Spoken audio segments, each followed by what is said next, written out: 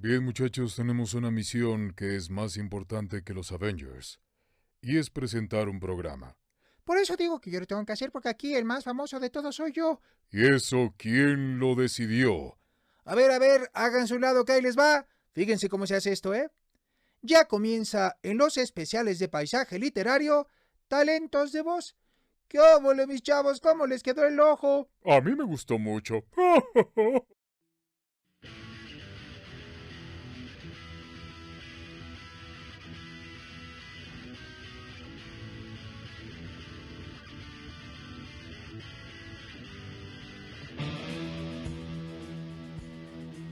Talentos de voz.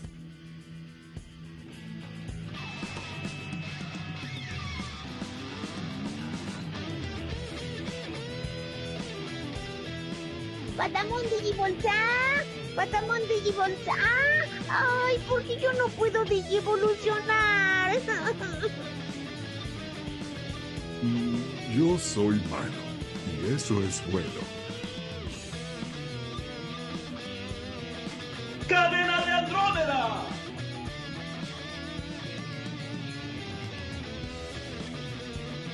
Ay, no estoy amargado. No me digan eso porque no estoy amargado, no estoy amargado y no estoy amargado. Ya me voy, adiós. ¡Uy! ¿Qué estás haciendo? ¡No! ¡Por favor! ¡Ay, ay, ay, ay, ay, ay, ay, Samuelcito, me estás pisando el juanete! ¡Cabum! ¡Sangre sucia, mago!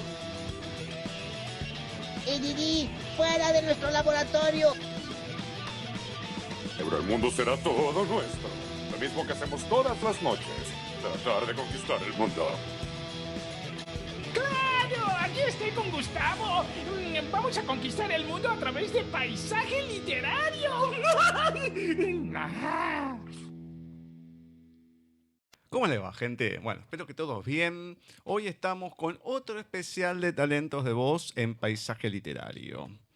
Vamos a estar charlando con un actor argentino, hace bastantes años que está radicado en México. Fue y vino. Y él no es otro que el actor, locutor y director de doblaje, Roque Nicolás Frías Caed, más conocido como Nicolás Frías. Una entrevista desde la añoranza, como lo va a contar el mismo Nicolás, y con muchas, pero muchas sensaciones cercanas, por lo menos para uno, desde situaciones que ha pasado, más allá que tenemos una diferencia de edad, pero la historia argentina todos la conocemos en mayor o en menor medida. Entonces ahí se pueden hablar de muchos temas. Se abre el abanico para poder tener una charla desde otro lado. Esta es la charla que vamos a tener con Nicolás. Les anticipo, a partir de hoy vamos a estar una vez por semana. O sea que todos los lunes vamos a tratar de ir compartiendo las entrevistas. Esta en particular va a ir en dos partes. Entonces, las dos primeras partes las van a poder escuchar hoy y las últimas dos el lunes siguiente. Comenzamos este mes de esta manera. Nos van quedando pocas entrevistas de la gran cantidad que teníamos. Entonces, para tratar de cumplir semana a semana con cada uno de ustedes, vamos a hacerlo de esta manera. Son entrevistas largas, entonces se pueden escuchar con un cierto tiempo. Capaz que no tienen esa cuestión de poder sentarse 2 horas de corrido para escuchar. Entonces está ahí para hacerlo de una manera un poco más liviana para ustedes. Lo que sí les voy a comentar antes de darle la bienvenida a Nicolás son esos trabajos en donde ha participado y podemos escuchar su interpretación, su voz. Y está, por ejemplo, una película que se hizo en Argentina, que es Buggy el Aceitoso, en donde su personaje era el principal antagonista, Blackburn, el Rey Ron en Los 100, Kevin Myers en American Pie, El Reencuentro, Jamie Yargo, el número 10, en Bleach, Craig Forsyth en la película de anime Promare, Chet en Turbo y en la serie de Turbo Fast, Scott Bernard en la remasterización de Robotech y desde la temporada 25ª hasta la 31ª, el profesor Frink en Los Simpson. Estos son algunos de los trabajos. Mucha de su tarea en el doblaje ha sido desde la dirección. De eso vamos a estar hablando y bastante. Vamos a darle la bienvenida a Nico, que tenemos muchas cosas, ya les dije, somos argentinos y va a atravesar la historia en gran parte en esta charla con una generosidad muy grande de su parte. Bienvenido a Paisaje Literario. Nico, ¿cómo va todo por ahí? Hola, ¿cómo estás? Un gusto hablar contigo. Bien, bien, acá todo tranquilo.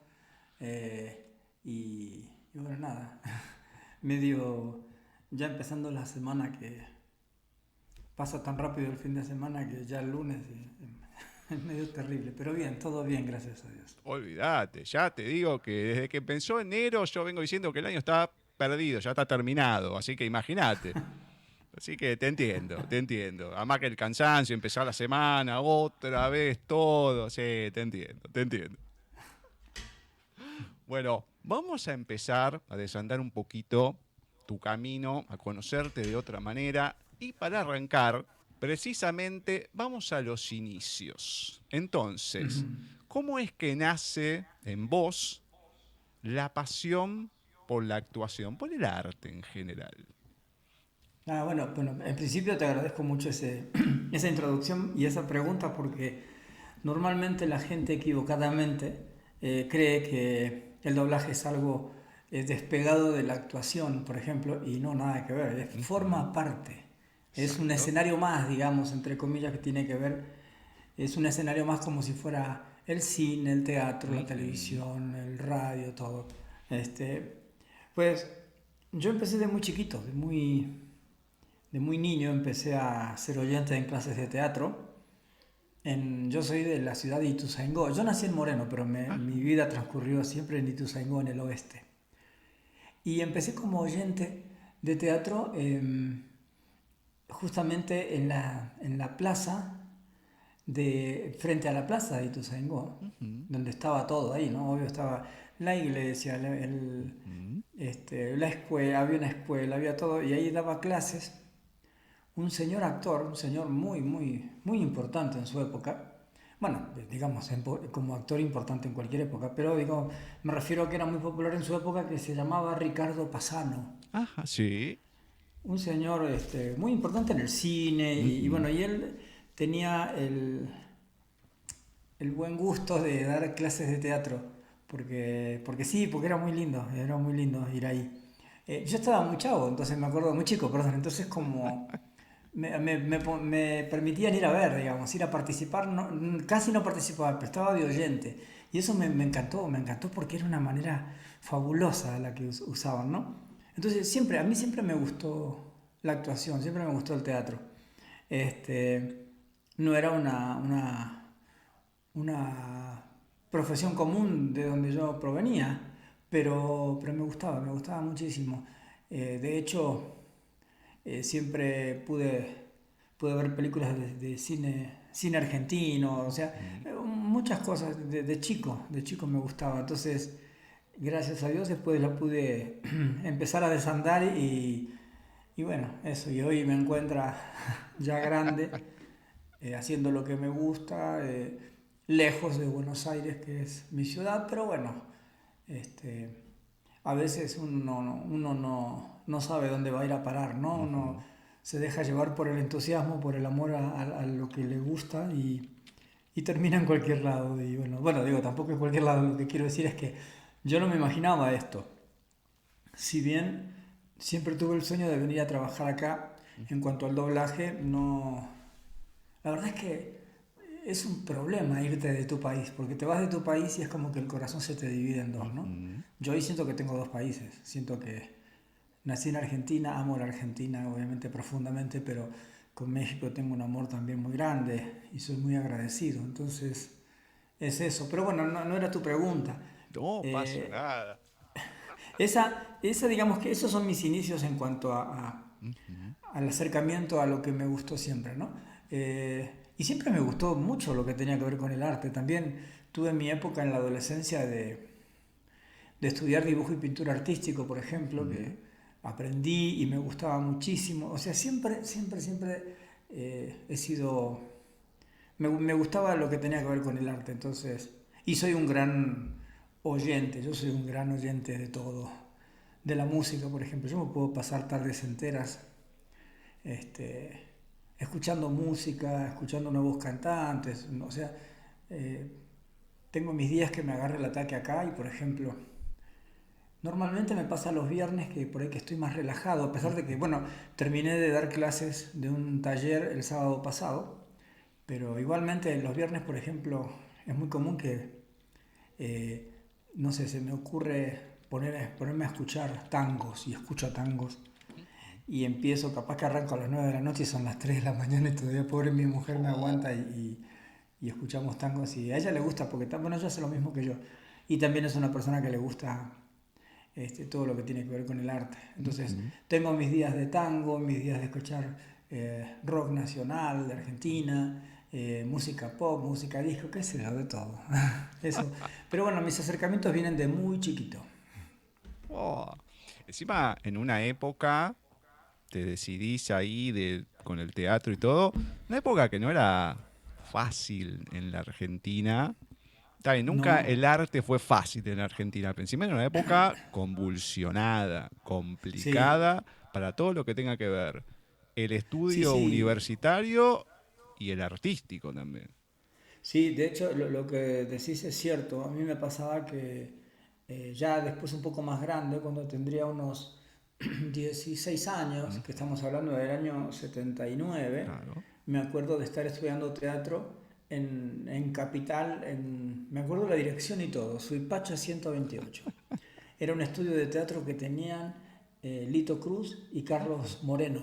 Sí. Y yo estudiaba con Carlos Moreno y me acuerdo que esa era una época bravísima, ¿no? Con todo lo que tenía que ver con las libertades y con las prohibiciones y todo eso que tenía que ver con, como bien decías, con lo artístico y con lo intelectual, ¿no? Era bravo, era bravísimo. Y estudias actuación, etcétera, etcétera, y empezás a trabajar como actor. O te dedicas a ello, teatro. Sí. ¿Cómo fueron esos primeros pasos? Después vamos a entrar al doblaje, todo. A mí me gusta tocar todos los ámbitos. Entonces, esos ámbitos también de la actuación, que no tienen que ver con el doblaje, esos primeros pasos y un poquito más. ¿Cómo fueron? Pues lo primero, me acuerdo que yo estaba estudiando, como te decía, después obviamente me tuve que ir al servicio militar, que fue en el 82, durante la guerra. Uy, estuve, encima en el 82. No fui a Malvinas. Sí. Era muy hábil para elegir momentos. Bueno, me tocó en el 82 y me acuerdo que me fui al sur, no fui a Malvinas por una cuestión de horas, calculo yo, porque estábamos preparados para eso. Y eso, digamos, medio como que me demoró un poquito en todo lo que tenía que ver con mi ambición artística, digamos, ¿no? Porque como yo te decía, yo hacía de todo, jugaba al fútbol, hacía dibujo y pintura, me gustaba la actuación, que era lo que más me gustaba. Y cuando salí ya del servicio militar, ya definitivamente me decidí por la actuación.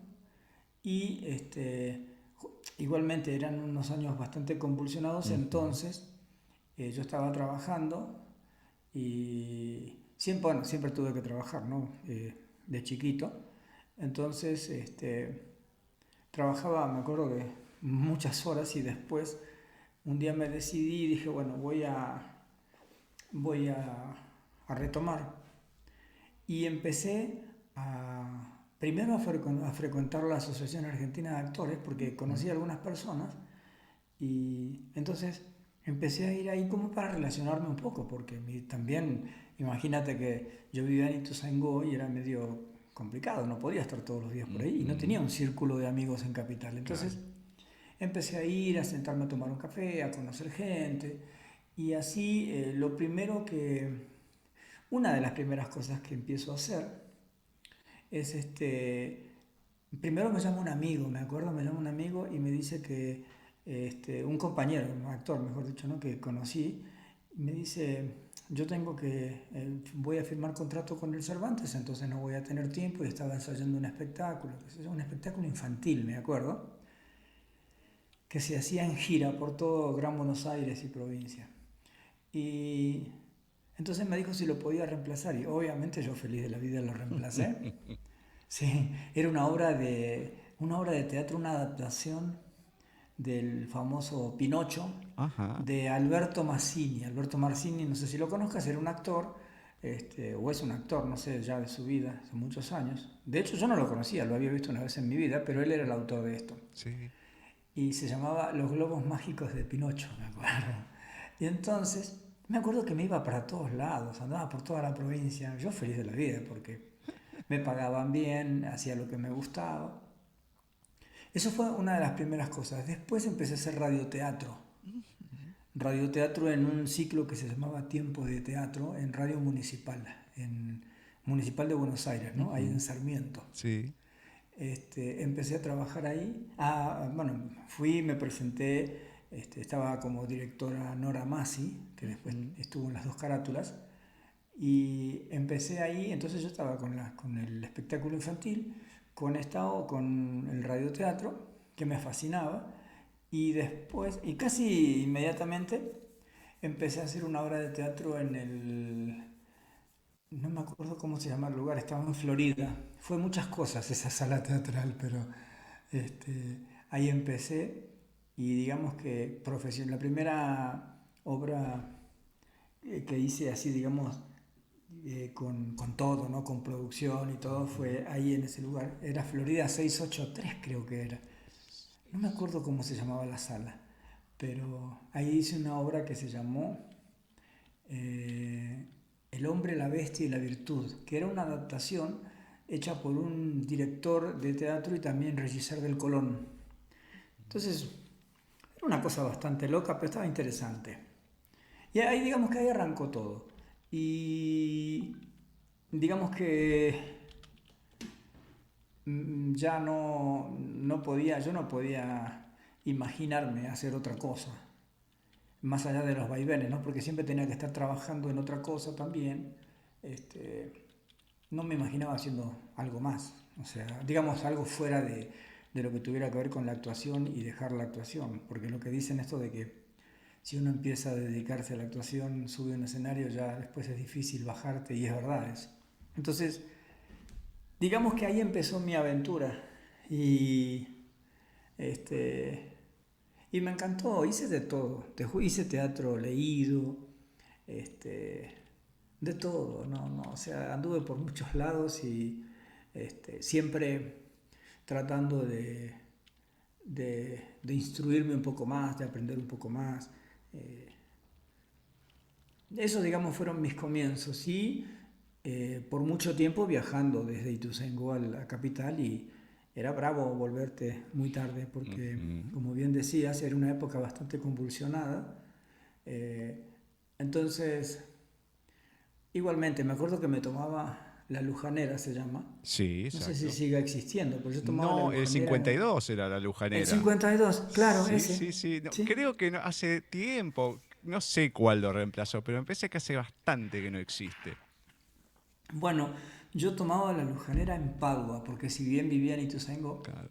estaba más cerca de la estación de Padua, porque vivía yo cerca del Golf de Padua. Entonces, me tomaba, pero lo que yo hacía, porque de noche está bien, no tenía que tomar porque era difícil, porque ya el tren era complicado, entonces me tomaba la Lujanera, pero durante el día también la tomaba para ir a Capital. ¿Por qué?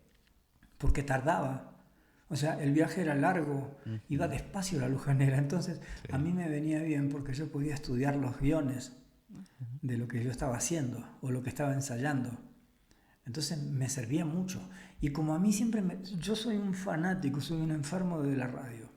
Entonces, cuando no tenía que estudiar algún personaje, algún guión, me iba escuchando radio. Me acuerdo que tenía una radio, a mí siempre me fascinaron las radios, ¿no? Entonces tenía una radio muy chiquita, amarilla, que era chiquitita, que se llamaba General Electric, pero yo sentía que tenía el mundo a mis pies con eso, ¿no? Porque Claro, porque si no tenía que estudiar, escuchaba música. Y había una radio, que yo no sé la edad que tengas, o si lo sé, te acuerdes o la conozcas, había una radio que para mí era mi hit, que se llamaba Horizonte. Claro, obviamente. Bueno, yo era fanático de Horizonte y la escuchaba, pero te juro que desde que me levantaba y si iba a trabajar, me iba escuchando Horizonte. En el trabajo me acuerdo en una época, yo estaba con los auriculares puestos escuchando mi música mientras el resto escuchaba su música, todo junto, ¿no? Yo escuchaba lo que a mí me gustaba. Claro. Pero es una época que, te digo, para mí fue hermoso. Siempre me acuerdo. Yo soy un tipo muy nostálgico, entonces. Mira, lo nostálgico que soy, que hace más de un año, un día me contacté porque nunca había perdido el contacto con un amigo de toda la vida, ¿no? Martín, no había perdido el contacto con él. Y un día estábamos charlando, yo me acuerdo que volvía en un Didi, es como el Uber, no sé si hay Didi en Buenos Aires. No, acá yo está volvía... Uber, Cabify, pero no mucho más. Ah, ok. Bueno, yo me acuerdo que me volvía en un Didi hablando con mi amigo, fue al principio de la pandemia. Claro. Y me dice mi amigo, ¿no? Así me dice, ¿vos sabés armar un grupo de WhatsApp? Me dice, y le digo, claro, ¿cómo no? Sí, claro, le digo, es una tontería. Me dice, ¿por qué no armas uno? Dice, y con nuestros amigos de toda la vida, qué sé yo. Y yo estaba feliz también con esa idea. Entonces armamos un grupo y entonces de vez en cuando hacemos algún Zoom, ¿no? Claro.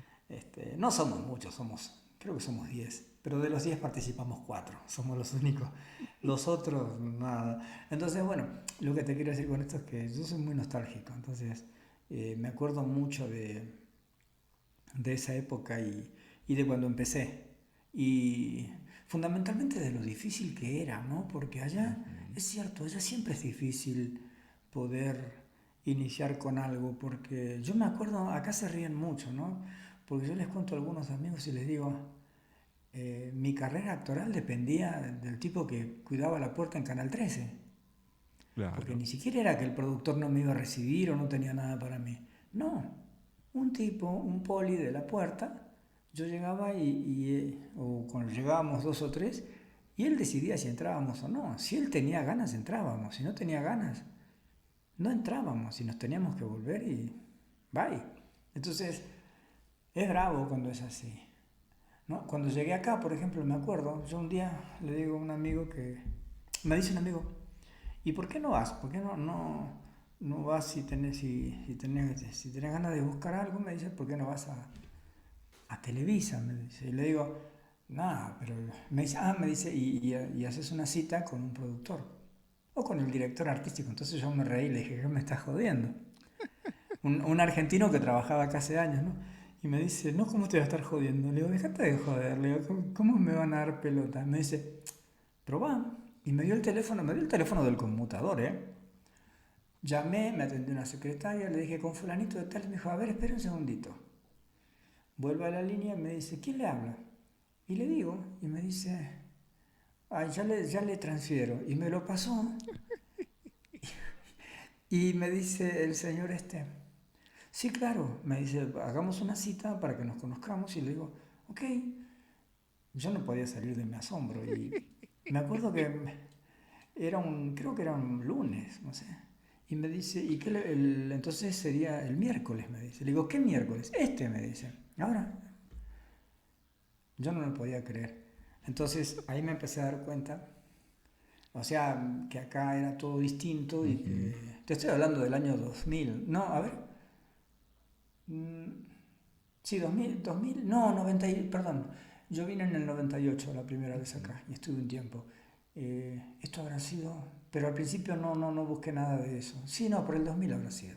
Pero bueno, ahí veías la diferencia, ¿no? Que no dependía de ningún policía, ni de ningún vigilante de la puerta. Entonces, es bravo.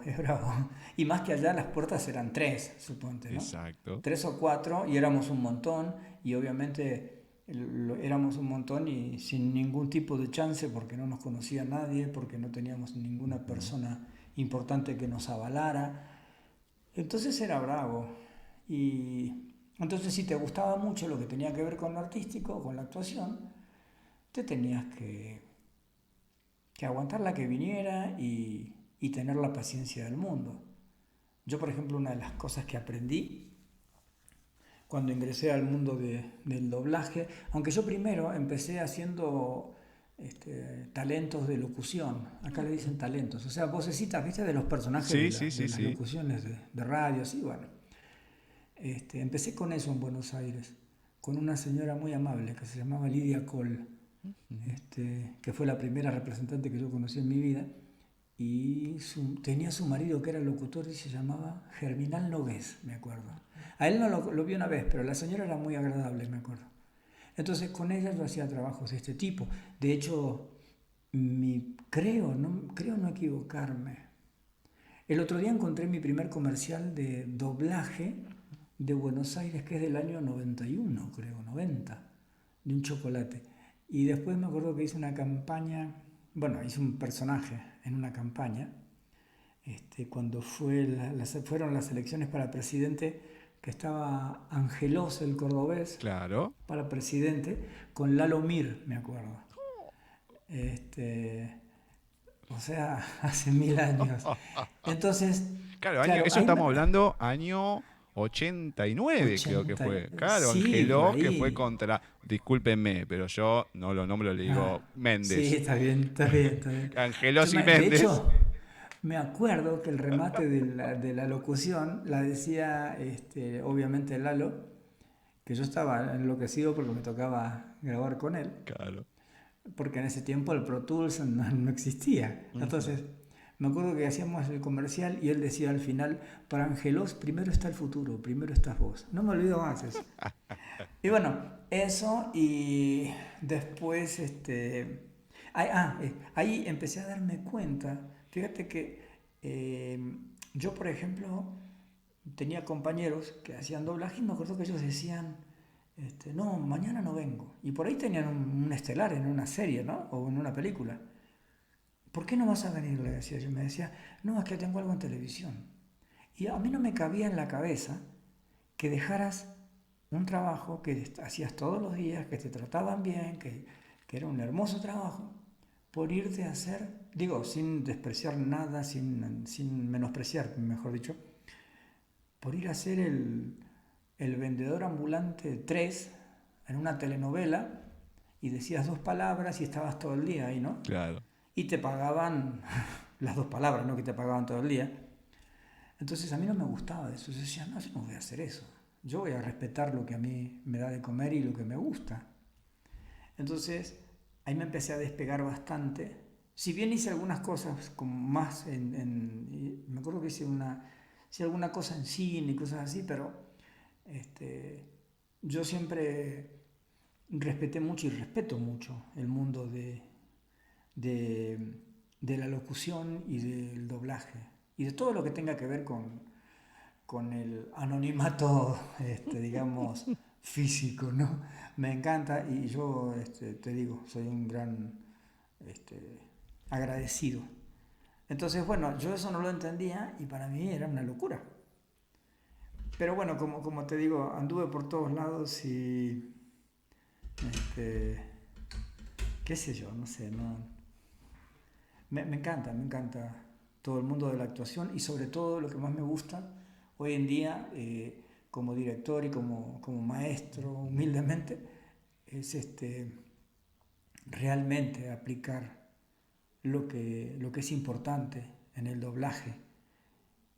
La gente pierde de vista, la gente cree que el doblaje es solamente poner la voz. No, hay que actuar, hay que entender, hay que darse cuenta. Uh-huh. El otro día estaba grabando algo con una chica, una alumna, unas prácticas.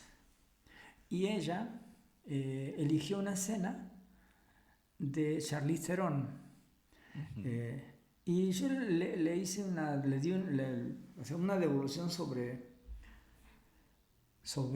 lo que hizo y le dije, el final estuvo bueno, y ella se rió y le digo, perdón, ¿por qué te ríes? Y me dice, No, porque me dijiste que el final estuvo bueno. Es que estuvo bueno, le digo. Me dice, sí, bueno, pero todo lo demás. Entonces yo le digo, oye, ¿ya te diste cuenta a quién estabas doblando? ¿O tú te crees que alguien se va a sentar y se va a cruzar de piernas y va a doblar a Gary Oldman o a Charlize Theron así nomás, como si nada, le digo? Porque la gente se confunde. Entonces, eso es el problema de por qué el doblaje muchas veces no es respetado como tal, ¿no? Pero bueno, no me fui por las ramas. Perdón. No pasa nada. De hecho, cuando veo así, lo pregunto, o Robert De Niro, a mí el que me gusta mucho para preguntar, porque a cada uno que se lo nombro, y la mayoría lo ha doblado 1, 2 veces, como que nunca pudo tener a alguien continuo, es Alan Rickman. Y fue una persona dificilísima para doblar por la manera de actuar que tenía. Y nadie lo olvida, ¿eh? Mirá que a cada uno que se lo pregunta, aunque haya sido 1 vez, se lo acuerdan. Y claro, son actores que tenés que tener un peso. O si te tocó uno muy joven, se acuerdan. Por ejemplo, Carlos II con Al maestro con cariño, con Sidney Poitier. Dice que fue el mayor desaguisado que hizo en su vida porque era muy chico para hacerlo y bueno, no lo pudo llenar, más allá que después ganó el Oscar y todo. Entonces, es como que tenés que tener esa autocrítica y hay veces que hay grandes actores, por algo le pagan los que le pagan, a algunos no, a otros sí, porque algunos son porque son bonitos, qué sé yo. Sí, pero hay sí, actores sí. que son de carácter y son complicadísimos doblarlos por lo que representa o por cómo actúan o por lo que fuera, pero siempre hay complicación. Sí, igual te voy a decir una cosa, igual yo siempre les enseño a los alumnos y tengo la dicha de que después finalmente termino trabajando con mis alumnos, porque como yo siempre les digo, si ustedes están aprendiendo conmigo y están aprendiendo de la manera que yo trabajo, porque yo no me escondo nada, o sea, no me guardo nada, yo a ellos les enseño y cuando los tengo que dirigir, los dirijo como en la sala, o sea, no hay diferencia. Y muchas veces los alumnos te dan cosas que actores que ya son profesionales no te lo dan. Entonces es muy loco eso. Yo siempre les digo a ellos que sí es cierto lo que dices, o sea, Rickman, ¿qué te voy a decir? Es un señor actor, o sea, él, Albert Finney, no sé, hay un montón, hay muchos, pero fundamentalmente todos. Yo siempre hago hincapié en todos porque por lo menos hacen su mejor esfuerzo y están ahí, son profesionales y están trabajando. Entonces, yo siempre les digo, nosotros tenemos que respetar lo que hacen ellos, porque digo, a veces ahí te pasa que vas a grabar, a mí me ha pasado como actor, de ir a grabar y que me diga el director, que esto es tranquilo, es una comedia, es bastante chafa es mala, ¿no? Berreta, digamos. Sí, sí. Entonces me dicen, es una comedia, es chafa, no pasa nada. Y uno dice, no, ¿cómo no pasa nada? Porque les digo yo a ellos, ¿no? Es como que, no sé, vayas al médico y el recepcionista le diga al doctor, no, pero este es pobre, no pasa nada. O sea, si le pasa algo no importa. O que vayas a la panadería y el panadero diga, no, lo voy a hacer mal porque es para... No existe eso. Entonces yo siempre les digo, de momento que están haciendo algo tienen que hacerlo con respeto. Entonces yo soy un convencido que cuando hacemos las cosas con respeto y profesionalismo, nada te sorprende. Yo, por ejemplo, cuando dirijo una serie o dirijo un programa de televisión o una caricatura, y te juro que esto es así, yo no hago diferencia con cuando dirijo cine. Cuando me toca dirigir doblaje para cine, yo hago exactamente lo mismo que hago siempre. Entonces, eso a mí me beneficia, ¿por qué? Porque obviamente el cine está mejor pago, pero a mí no me sorprende. No es que yo me tengo que esmerar más para hacer cine. No, yo respeto todo. Hago todo de la misma manera, que significa con profesionalismo y con responsabilidad. Y aparte yo le digo siempre a a mis alumnos o así cuando tengo una charla con alguien, les digo, es que por lo menos trato de no aburrirme, le busco el encanto todo el tiempo. Porque si no, imagínate, o sea, es una tortura hacer algo que no te guste o que lo hagas a desgano, ¿no? Antes que me olvide, porque lo busqué, Sí. no sé si estará bien el nombre, si será así a donde había sido vos y todo, el de Florida 683. Puede ser el auditorio Kraft. Ajá, auditorio, sí, era el auditorio. Sí, sí, sí. Porque lo busqué y dice Ahí. auditorio Kraft. Digo, bueno. En el sótano, era abajo, sí. Sí.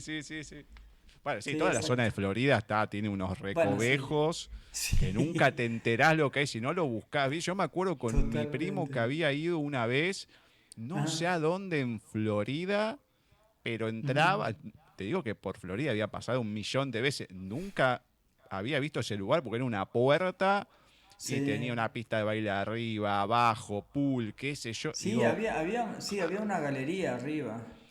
bueno, Eh, sí, hay un par de Florida, no me galerías. acuerdo. Claro. Sí. Eso te digo, era Florida 683, me acuerdo.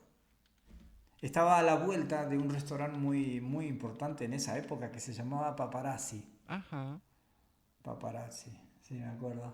Es más, me acuerdo que un día me encontré con un compañero del servicio militar y lo saludo y le digo, ¿y qué haces por acá? Y me dice, yo trabajo, soy gerente acá en Paparazzi, me dice.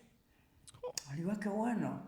Entonces, obviamente, después de eso, me dijo, cuando quieras andá. Y obviamente, actor, o sea, y dije, bueno, gratis, como dicen acá, ¿no? Gratis hasta los balazos. Entonces fui con 2 compañeros que eran muy amigotes míos y fuimos a comer ahí, me acuerdo, a Paparazzi, nos invitó mi amigo, nosotros felices de la vida.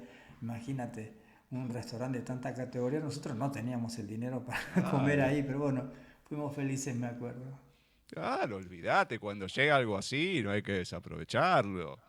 No, para De nada. ninguna manera. Acá después bueno, ahora me estaba acordando un poco de todo lo que ibas contando. Era, a ver, para que la gente entienda, los que no conocen acá ni nada, la Ciudad Autónoma de Buenos Aires, hoy llamada así, antes Capital Federal, o sea, no es que es súper grande, pero el recorrido que tiene te cuesta tanto por el tráfico que hay. Y venir de la zona, yo soy del oeste de Capital, yo estoy en Villaluro, pegado a Liniers. Por eso conozco lo que es la Lujanera, Ituzaingó, Padua, toda esa zona, Harlingan o Hurlingham, como le quieran decir. Bueno, Palomar, un poquito más hacia el otro lado. Entonces, era una época complicada. Hoy te cuesta, pero, no sé, se te hace más llevadero por un montón de cosas. Obviamente la cantidad de gente ha crecido. Todo es, viste, el dicho sigue siendo igual. Acá Dios está en todos lados, pero atiende en Buenos Aires. Entonces, desgraciadamente, te tenés que venir para acá y muchas veces tenés 3 horas, 4 horas de viaje. Es una locura. Es una locura toda la pericia esa. Yo me acuerdo en los 80 que, por ejemplo, la General Paz, cuando, al principio de los 90, cuando yo empiezo a trabajar en Video Record, que era un estudio que es el pionero en Argentina, del doblaje, que estaba en Dragones y Mendoza, cerca del estadio de River, y me acuerdo que me tomaba el 28 y la General Paz era una mano de ida, otra mano de vuelta. Claro. Y podía Después llegar la fueron y si ensanchando. llovía, si llovía tardabas 3 horas en llegar. No, acá las cosas se han hecho, olvídate, sí, está más ancha y todo, y seguís demorando lo mismo, porque no sabemos cómo, está bien, hay más gente, hay más autos, todo, pero hace mucho que no la ensanchan ahora, pero cada vez que la ensanchan, pero ¿cómo puede ser? La ensanchan y se tarda más en llegar. Sí. Es una locura. Hay veces que decís, loco, por favor, vayamos por otro lado, porque no llegamos, y que una vez que te metiste ya está. No, salís más de la General Paz, no salís más, la Panamericana también en ciertos momentos. No, una locura. No, vivir acá, a mí me encanta. También, por eso Villaluro es alejado del centro y todo. Pero tener Villaluro que es hermoso. moverse, no, es un delirio. Por eso creo que la gente que más o menos se estresa se va al campo y claro, ese otro contraste, totalmente diferente, una locura muy grande. Igual te voy a decir que para mí, por ejemplo, hay dos barrios que a mí me encantan, que es Villaluro y Floresta. No, ¿en serio? Sí, te juro. Yo viví una época ahí en Floresta, en la Avenida Olivera. Sí. Y me acuerdo, no había tanto edificio, eran casas bajas en la zona que yo vivía. Sí. Me encantaba porque el sol salía a pleno, porque había parques, estaba Parque Chacabuco. Claro. Me encantaba todo eso, te juro, me gustaba mucho. Te ibas a la Universal, me imagino. He ido, claro, sí, por supuesto. Sí. Qué lindo, Sí, el sí. Gran Rivadavia, ahí el cine, sí, toda esa época.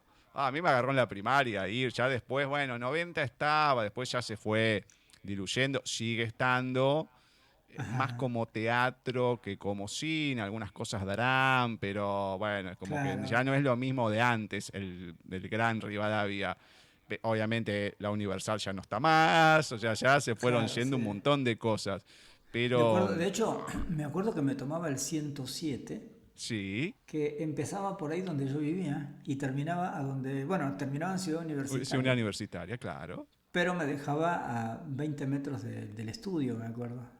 En esa época, imagínate que no existía el Pro Tools, como te digo, entonces estabas ahí todo el día. No es que ibas a ser tu personaje, no, era hermoso porque te encontrabas con todos tus compañeros. Trabajábamos juntos, en el atril a veces éramos 10. Y son épocas hermosas, para mí esa época fue maravillosa. Pero a ver, a todo esto, ¿cómo llegas bien al doblaje? ¿Cómo llegás y cómo empezás? Porque como De todo comienzo es casualidad difícil, llego. como te ha costado todo lo que vas contando. Llegué de casualidad, porque viste que te contaba que yo empecé en radioteatro en un programa de radio municipal que se llamaba Tiempo de Teatro. Con los años, la directora de Tiempo de Teatro se va a Las Dos Carátulas. Era un lugar bastante complicado de acceder, porque Las Dos Carátulas era Radio Nacional, era cada grabación con una estrella del teatro, seguro, o de la televisión a veces. Entonces era muy difícil entrar ahí. Pero bueno, tuve la suerte de entrar y hacía pequeñas cositas, pero trabajaba. Un día tuve como un entredicho, no, en realidad me equivoco. Se enojó conmigo la directora por algo, no me acuerdo ya qué, te juro, pero fue una tontería. Y yo también me enojé porque no tenía razón, entonces ese mismo día dije, yo acá no vengo más. Estaba muy molesto, dije, no vengo nunca más. Eso me ha costado a veces mis momentos feos, el ser tan impulsivo. Me he ido de lugares impresionantes de trabajo por situaciones como esas, de injusticia, que yo entendía como injusticia, y esta fue una de ellas. Entonces me acuerdo que yo ya había decidido esto, y estaba al lado mío un actor y poeta, un señor maravilloso, se llamaba Armando Equiza, una voz preciosa este hombre. Me acuerdo que estábamos charlando y me dice él, escúchame, pues teníamos muy buena onda con él, era muy, muy divertido. Me dice él, escúchame, ¿no te interesa hacer doblaje? Y yo, antes de averiguar qué era, porque dije, ¿cómo doblaje? Yo había doblado un comercial, pero no sabía cómo se llamaba eso. Claro. O sea, me dice, sí, doblaje. Y le digo, sí, me dice, bueno, mira. Y me acuerdo que me dio 2 nombres. Me dio una dirección y 2 nombres. Los nombres eran Fernando Lewis y Alberto Ramírez Beni. 2 directores que había en ese lugar. Me dijo él. Ahí me encaminé, fui. Y yo dije, siempre me han dado 2 nombres ahora que lo pienso, ¿no? Entonces dije, a ver, Entonces me fui por Fernando Lewis. Pregunté por él en la recepción. Me dijeron que esperara, después me hicieron pasar. Y este señor me recibió y me dijo, hola, ¿cómo estás? Le dije, bien, empezamos a platicar y me dice, le digo yo, sí, me gustaría hacer doblaje. Le digo, me mandó Armando Equiza. Me dice, sí, Armando. Bueno. Y me dice él, bueno, mira, te propongo que no dejes de venir y que a ver si en la semana que viene, por ahí del jueves o viernes, te hago una prueba. Le digo, bueno. Entonces me fui a mi casa muy contento. Y volví el jueves de la otra semana. Habían pasado ya como 8 días, una cosa así. Entonces volví y me recibió y me dijo, bueno, espérame un cachito, que voy a conseguir a ver a una compañera, y trajo una actriz que se llama Dora Guzmán, es una señora de mucha trayectoria en el doblaje en Argentina. Y entonces me dijo, bueno, te voy a hacer una prueba. Y yo había hecho, como te digo, un doblaje de un comercial, de un personajito. Entonces hicimos la prueba y él me dice, bueno, te falta, me dice, te falta. Te falta tener más en claro la sincronía, soltarte más, el acento, me dice, falta, está bien, pero todavía hay que afinarlo un poco más, no sé qué. Entonces, y me mira y me dice, y le digo, bueno, está bien. Y me dice él, de todas maneras, no te pierdas. Me dice, le digo, no. Y me dice, ¿qué estuviste viniendo a ver con Alberto? Me dice. Le digo, ¿qué? Cuando yo te dije que no dejaras de venir, ¿viniste a ver con el otro director? Y le digo yo, ¿qué podía venir? Le digo yo. Y me dice, claro. Le digo, no vine, le digo, no vine. Aparte le digo, como yo trabajo a la mañana, qué sé yo. Y me dice, entonces no viniste nunca. No, le digo. ¿Y esto no lo habías visto? No, le digo, no. Yo solamente hice esto una vez y hace como ya unos años. Y me dijo, no, entonces te voy a empezar a llamar para que hagas cosas chiquitas, qué sé yo. Entonces este señor me empezó a llamar de a poquito. Y ahí empecé. Me costaba un montón, obviamente. Me moría de miedo, porque aparte tenía a mis compañeros ahí. Por ahí, una vez me acuerdo, me tocó una película italiana y me tocó con todos los que eran la plana mayor del doblaje, y estaba yo en el medio de ellos y yo estaba temblando como una hoja. Me acuerdo que, no sé si los conozcas, pero me tocó en el atril estaban conmigo Ricardo Lani, Omar Aranda, Rodolfo Rodas, Selvio Nesi, toda esta gente que te nombro era gente que hacía teatro, que estaba en elencos estables del Cervantes, del San Martín, Dora Guzmán, Rubí Gattari, Livia Fernán, o sea, y yo, que tenía que decir una frase y me moría de miedo y no la podía decir. Me costó horrores. Pero bueno, eso fue, digamos, lo primero más o menos que me tocó. Y la verdad es que descubrir ese mundo para mí fue lo mejor que me pudo pasar. O sea, me enamoré perdidamente de este trabajo. De hecho, me acuerdo que me acuerdo que veía películas en los 70, la influencia europea era muy fuerte, de cine francés, cine italiano, me acuerdo. Y me acuerdo que yo veía, siempre me gustó mucho ver cine francés, que estaba Simone Signoret, estaba, ¿cómo se llama? Philippe Noiret, o sea, había unos actores impresionantes, y los italianos ni hablar. Y me acuerdo que yo miraba esas películas y escuchaba las voces, y me sonaba raro, no era lo que yo escuchaba habitualmente cuando veía Los Tres Chiflados, cuando veía La Isla de Gilligan. Había una cosa rara. Pero a la vez, como me gustaba tanto ese cine, me fui acostumbrando a esas voces. Y me gustaban. Me gustaba cómo actuaban. Porque el problema que yo tengo es que a mí la actuación en el doblaje, la mejor actuación, es de hace muchos años. Entonces, me acuerdo que cuando fui a este lugar y empecé a trabajar, me di cuenta que estaba con toda esta gente que hacía esas películas que yo veía con mi mamá. Entonces, te digo, y en esa época me acuerdo que trabajábamos de 9 a 7 de la tarde, todos los días, y normalmente estábamos todos juntos, porque no se podía, como ahora que vas y ponen tu personaje y uno lo graba. Claro. No, en esa época ibas y tenías que estar ahí, porque como tenían que armar todo un plan de trabajo donde coincidieran los actores en las escenas, era un lío, porque por ahí tenías un personaje que tenía 6 loops, o sea, 6 entraditas, pero da la casualidad que te tocaba con fulanito, menganito y sutanito y venían a distintos horarios, tenías que quedarte ahí. Ahora, claro, como había 2 salas y a veces 3, trabajabas todo el día.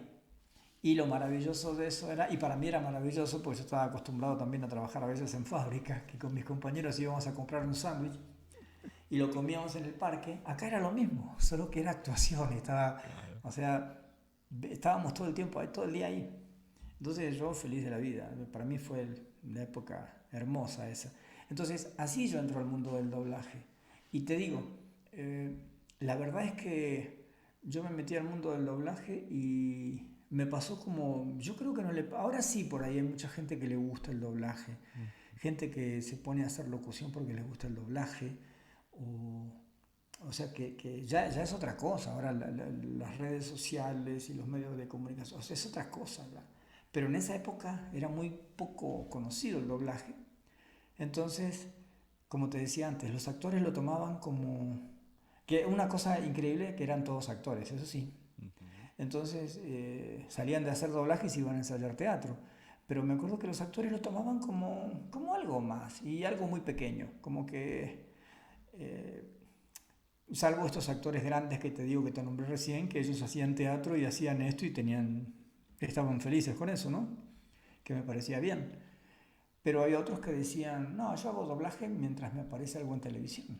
Entonces aparecía cualquier cosa en televisión y te plantaban una grabación y se iban a hacer una tontería en televisión. Pero bueno, ya ellos, ¿no? Yo no, a mí nunca me pasó eso. Yo toda la vida, desde que conocí el doblaje, como te digo, me enamoré y para mí siempre fue lo más importante. De hecho, eso me trajo acá a México. Yo quería trabajar, quería seguir avanzando en mi carrera y quería trabajar en el mejor nivel que se pudiera.